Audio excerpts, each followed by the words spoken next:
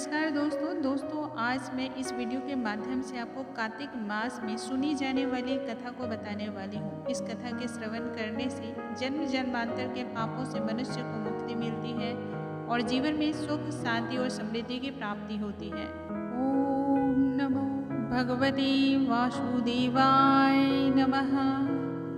कथा इस प्रकार है दोस्तों। एक नगर में एक ब्राह्मण दंपति रहते थे और वे दोनों प्रतिदिन 7 कोस दूर गंगा और यमुना नदी में स्नान करने जाते थे। इतनी दूर आने जाने से ब्राह्मण की पत्नी थक जाती थी, इसलिए एक दिन उसने पति से कहा कि हमारा एक पुत्र होता तो कितना अच्छा रहता। पुत्र की बहू आती तो हमें घर वापस जाने पर खाना बना हुआ मिलता और बहू घर का काम भी कर देती। अपनी पत्नी की बात सुनकर ब्राह्मण ने कहा कि कह तो तू सही ही रही है, चल मैं तेरे लिए बहू ला ही देता हूँ। ब्राह्मण ने कहा कि एक पोटली में आटा डालकर कुछ मोहरे रख दे। ब्राह्मण के कहे अनुसार उसने पोटली बांध कर दे दी और पोटली लेकर ब्राह्मण चला गया। ब्राह्मण को सफर के दौरान यमुना के किनारे बहुत ही सुंदर लड़कियां दिखाई दी। वे रेत में घर बनाकर खेल रही थी। उनमें से एक लड़की ने कहा, मैं अपना घर नहीं बिगाड़ूंगी, मुझे तो रहने के लिए ये घर चाहिए।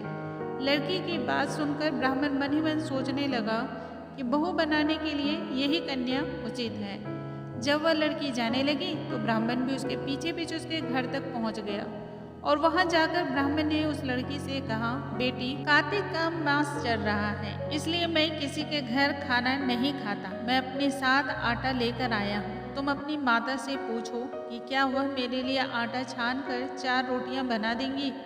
यदि वह मेरा आटा छान कर रोटी बनाएगी तो ही मैं रोटी खाऊंगा।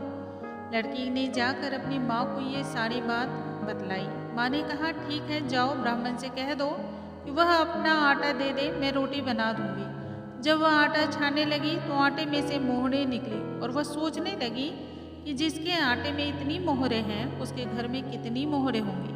जब ब्राह्मण देवता खाने बैठा तो लड़की की माँ ने उस ब्राह्मण से पूछा कि आपका कोई लड़का है और क्या आप उस लड़के की सगाई करने जा रहे हो। यह सुनकर ब्राह्मण ने कहा, मेरा लड़का तो काशी पढ़ने गया हुआ है, लेकिन यदि तुम कहो तो खाट कटोरे से विवाह करके तुम्हारी बेटी को अपने साथ ले जाऊं।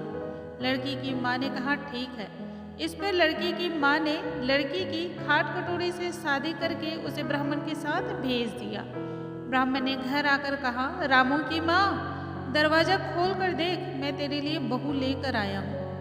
ब्राह्मण की पत्नी भीतर से ही बोली, हमारे तो कोई बेटा है ही नहीं, तो बहू कहाँ से लाए।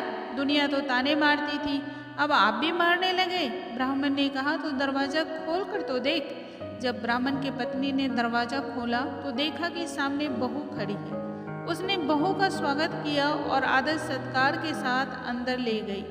जब वह ब्राह्मण देवता अपनी पत्नी के साथ नदी स्नान करने जाता तो पीछे से बहू घर का सारा काम करके और खाना बनाकर रख देती थी। वह उनके कपड़े धोती और रात को हाथ पैर भी दबाती थी। इस तरह बहुत दिन बीत गए। ब्राह्मणी ने अपनी बहू से कहा, बहू, कभी भी चूल्हे की आग को बुझने मत देना और मटके की पानी खत्म होने तो बिल्कुल ही मत देना। परंतु एक दिन चूल्हे की आग बुझ गई। यह देखकर बहू घबरा गई और भागे भागे अपनी पड़ोसन के पास गई और कहा, मेरे चूल्हे की आग बुझ गई है, मुझे थोड़ी सी आग चाहिए। मेरे सास ससुर सुबह स्नान करने गए हुए हैं, जब वह थक कर घर लौट कर आएंगे तो मुझे उनके लिए खाना बनाना है। यह सुनकर पड़ोसन ने कहा, तू तो बावरी है, तुझे इन दोनों ने मिलकर खूब पागल बनाया। इनके तो कोई पुत्र ही नहीं है, ये तो निसंतान है। बहू ने तुरंत ही कहा, नहीं नहीं, ऐसा मत बोलो, इनका बेटा तो बनारस काशी पढ़ने गया हुआ है। इस पर पड़ोसी ने कहा, ये तुझे झूठ बोलकर लाए हैं, मेरी बात सच मान, इनके तो कोई बेटा है ही नहीं। अब बहू पड़ोसन की बातों में आ गई और कहने लगी, अब आप ही बताओ कि मैं क्या करूं। पड़ोसन ने कहा, करना क्या है, जब तुम्हारे सास ससुर आए तो जली हुई रोटियां बना कर देना और बिना नमक की दाल बना कर देना, खीर की कड़छी दाल में और दाल की कड़छी खीर में डाल देना। पड़ोसन ने उसे अच्छे से सिखा पढ़ा दिया और फिर जब उसके सास ससुर घर आए तो उसने ना तो उनका आदर सत्कार किया और ना ही उनके कपड़े धोए।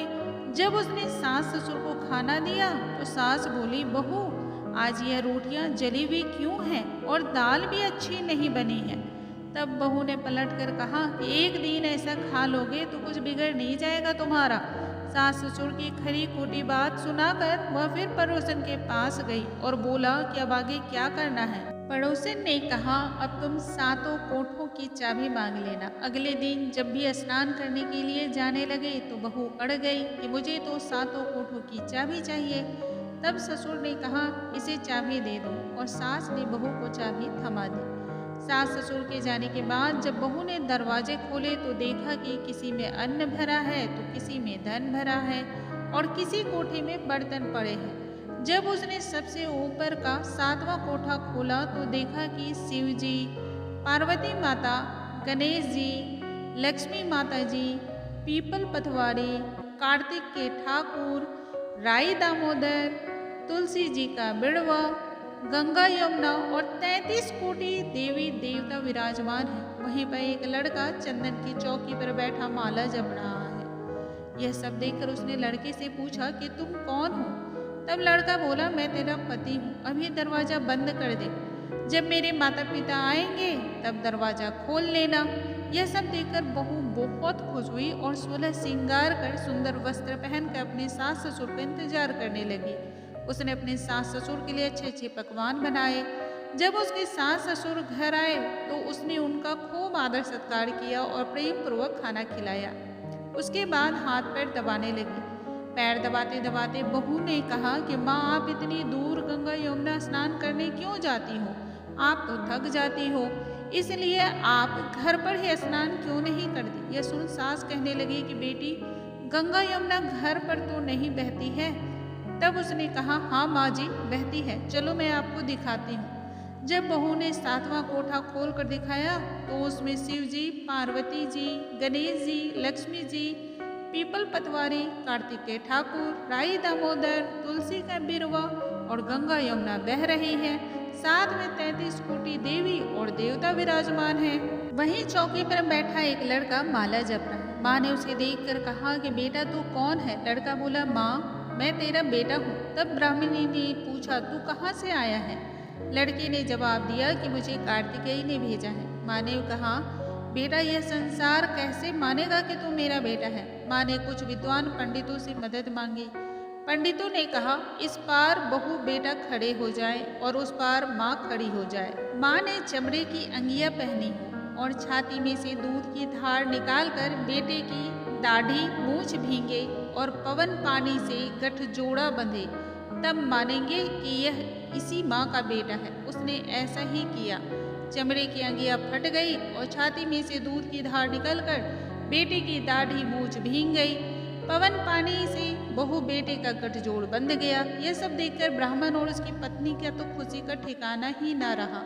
जैसे ब्राह्मण और ब्राह्मणी को बहू बेटा दिया, वैसे ही सबको देना। कहते हैं इस कथा को पढ़ने से और मनुष्य को सुनने से ही सभी मनोकामनाएं, सभी मनोरथ पूर्ण होती हैं। दोस्तों, ऐसी और भी ज्ञानवर्धक वीडियो के लिए हमारे चैनल पे आप बने रहें। अगले वीडियो में एक नई जानकारी और अद्भुत जानकारी के साथ फिर से मिलूंगी। तब तक के लिए नमस्कार दोस्तों।